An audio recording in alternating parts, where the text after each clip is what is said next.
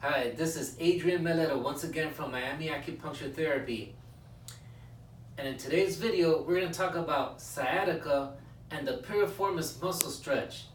Now, before we get into it, be sure to subscribe to our videos and ring the bell notification so you get all the updates and all the good stuff and you don't miss out on that. Now, sciatica. There's the three most common ways that you get sciatica. The first one and the most common one being bulging disc, when a disc is sticking out and it's impinging the sciatic nerve is usually the most common one, and there's an intervention for that we do that's very effective. A second way is if the sacroiliac joint, which right here, if it's like a little off, a little misaligned, will actually impinge on the nerve and cause the radiating pain. And then the third way, and it's a less commonly known way, is the piriformis muscle impinging on top of the sciatic nerve. Now the piriformis muscle, it attaches here on the edge of the sacrum. Sacrum, for those of you who are not familiar with the terminology, is this triangular bone here.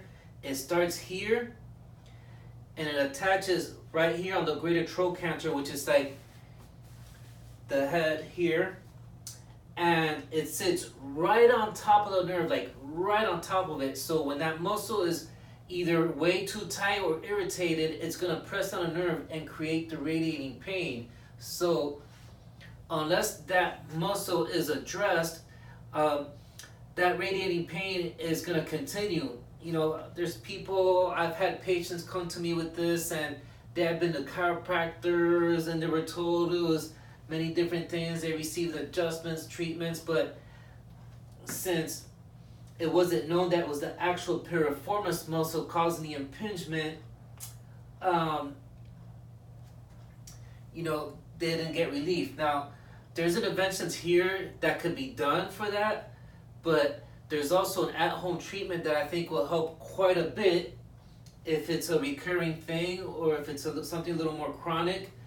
It's a basic stretch that you can do.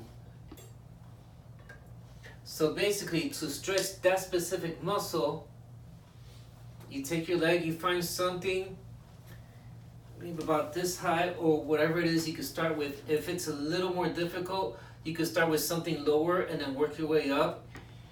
And ideally, you would have something that you could hold on to for your balance so you don't injure yourself while doing this.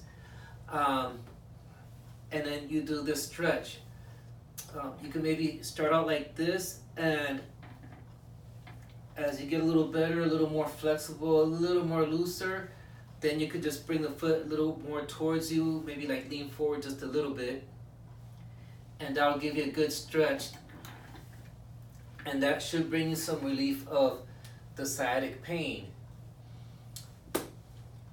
So those are my 2 cents for self-treatment aspect for piriformis muscle.